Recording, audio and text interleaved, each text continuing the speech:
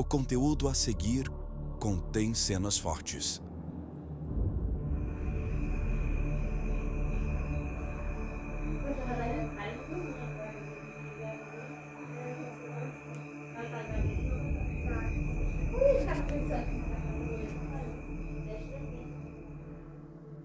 Essa aqui era minha mãe, Elisângela. Ela chegou a pesar 23 quilos. Ela era exatamente assim, só que tudo começou com uma dor que ela sentiu no estômago e a gente não sabia a causa. Foi quando ela se alimentava normalmente, né? E ela começou a vomitar, sem motivo nenhum. E aí ela foi perdendo muito peso mesmo. E aí começou a nossa luta, passando em hospital e hospital. Ninguém descobriu o que ela tinha, né? Quando eles viam ela, eles achavam que ela tinha HIV, sífilis, e aí começava a fazer aquela bateria de exame, né? Pra saber se era realmente isso, né? E não dava tudo negativo.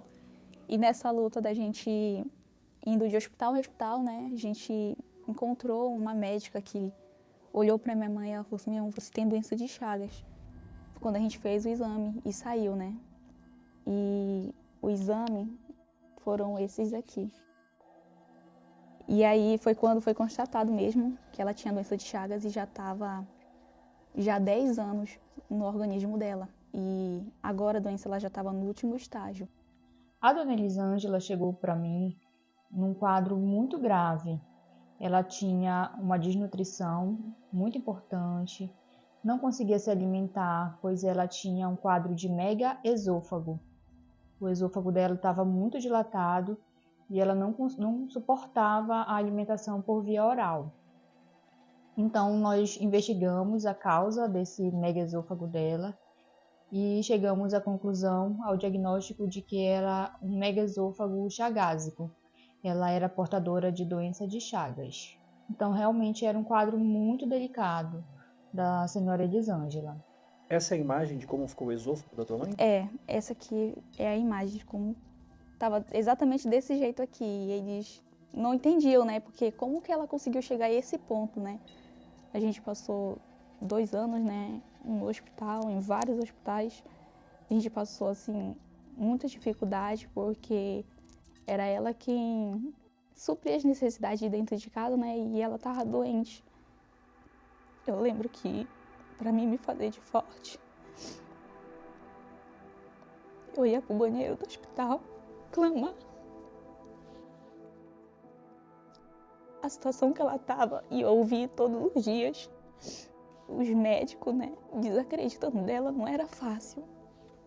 E eu lembro que quando ela tinha crises, que ela passava muito mal pelo fato dela não estar se alimentando, ela se entortava todinha no hospital. Ela ficou tão debilitada que ela já não andava. A gente tinha que dar banho nela no leito, né? Ela usava fralda. Até essa sonda aqui que ela usava para se alimentar foi um dos maiores sofrimentos dela, porque essa sonda aqui, ela já estava machucando muito ela, porque já não servia mais. Por mais que entrasse alimento por essa sonda, ela vomitava do mesmo jeito. E o que me marcou muito, assim, teve uma situação que a gente estava em casa, e eu que alimentava ela pela sonda. E ela vomitou, e quando ela vomitou, a parte de dentro da sonda voltou e ficou entre o nariz e a boca dela, e ela se sufocou. Não tinha como a gente ir atrás de nenhum hospital, porque a gente morava longe.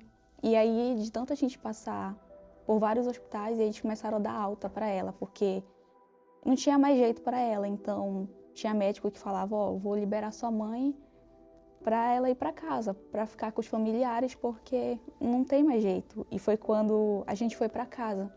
E eu lembro, né, que no meu quarto eu coloquei uma cadeira e lá tinha a Bíblia. E mesmo a minha mãe sem força, desculpa,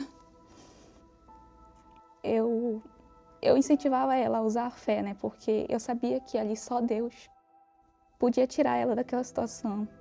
E mesmo ela não conseguindo se levantar, eu ajudei ela, né. Eu falei: mãe, fala com Deus, porque só Ele pode ajudar a senhora. E foi quando ela concordou. E ali mesmo, né, porque a gente não conseguia nem chegar na igreja direito, né, porque para levar ela era muito difícil e só era eu que ficava com ela. E até eu também não tinha muito acesso, né. E ali ela se ajoelhou naquela cadeira lá no quarto e ela pediu ajuda para Deus, né. E eu lembro que ela foi se agravando mais ainda o estado dela em casa. E foi quando os meus familiares se reuniram e falaram: olha, já que a gente não paga a funerária, nenhum plano, vamos se juntar para pagar um plano funerário para Elisângela, porque na situação que ela tá, ela não vai durar muito tempo. E foi quando eu estava lá, né, nessa reunião, e foi quando eu falei para eles que eu não ia participar, porque a minha mãe não ia morrer. A gente só tinha Deus, essa é a verdade, né, porque não tinha como buscar alento, porque a minha família já desacreditava. Os médicos via minha mãe, mandava para casa porque não tinha mais jeito. Teve uma situação de um médico, ele era especialista, né, no caso dela, e a gente chegou até ele, a gente levou ela, fez todo o esforço para levar ela, e quando ele viu ela saindo do carro, ele na mesma hora ele recusou o atendimento. Ele falou assim: irmão, não vou atender ela, porque ela vai morrer e eu não quero carregar essa culpa comigo.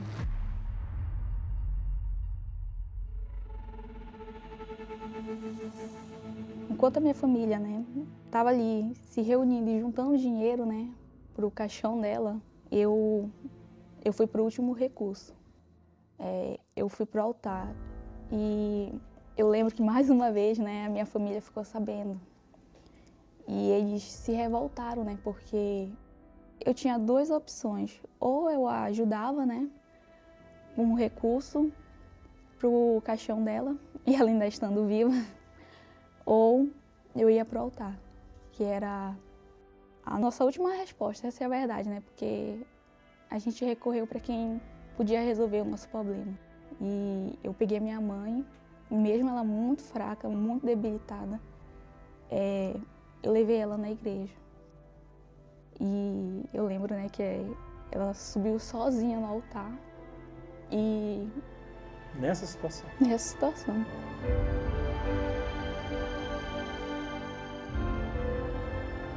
Eu clamava a Deus para Deus fazer justiça, porque eu não aguentava mais ver aquela situação. E ali eu entreguei ela para Deus. Falei: meu Deus, está aqui. Se for para ela continuar desse jeito, que o Senhor leve ou o Senhor cura. E quando ela desceu do altar, e ela teve uma piora.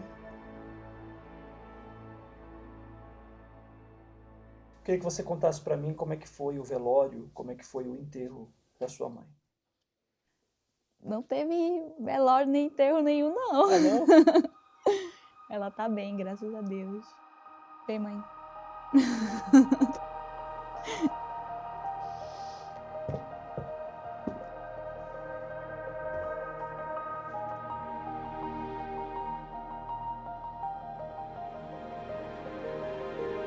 Hoje a minha saúde está 100%, graças a Deus, né? Cheguei a pesar 23 quilos.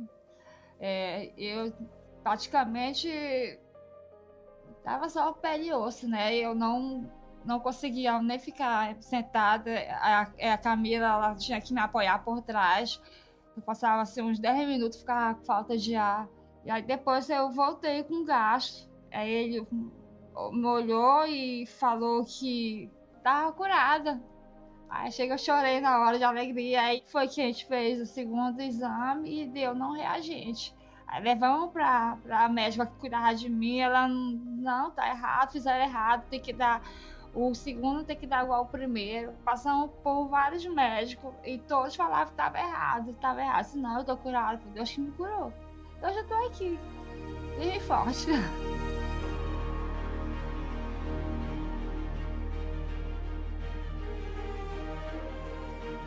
Eu tive o prazer e a felicidade de encontrar a dona Elisângela novamente. Hoje, graças a Deus, ela está curada e fiquei muito feliz em ver a dona Elisângela como ela está atualmente, totalmente curada. Se eu não tivesse recorrido ao altar e buscado, né, a justiça de Deus, eu tenho certeza absoluta que hoje ela não estaria com a gente.